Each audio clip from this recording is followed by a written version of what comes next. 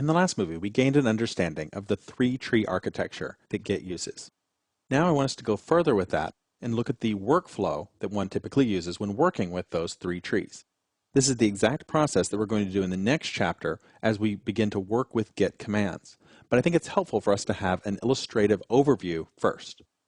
So let's look at the process. First, we're going to work with just having a new file. Now remember, Git doesn't just work with single files, it works with sets of files that it puts together into a change set. But for now, we're just going to be working with a single file to make the illustration simple. So we've got our three trees. We've got our working directory, the staging index, and the repository. We're going to add a file to the working directory. This is exactly what we did when we made our first commit. We added a file to our working directory. We're going to call this set of changes A, just to have a simple reference for it. When we call the git add command, what it does is it pushes that set of changes that we've specified up to the staging index. So now the file.txt exists in staging index as well. You may notice that I'm using git add with the exact file name. When we did our first commit, we did git add and had a dot after it.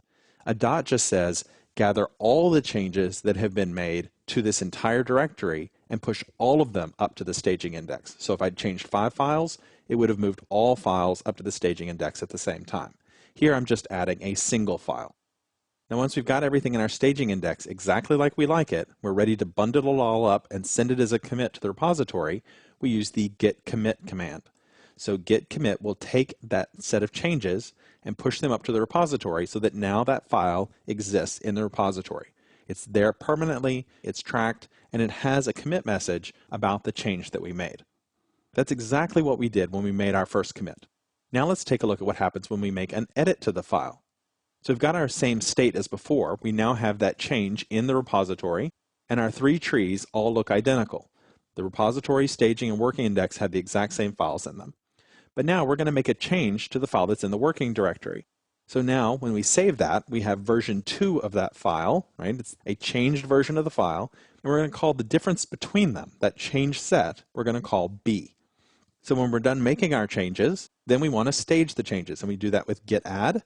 That then pushes change B up to the staging index so that now version 2 of the file exists there as well.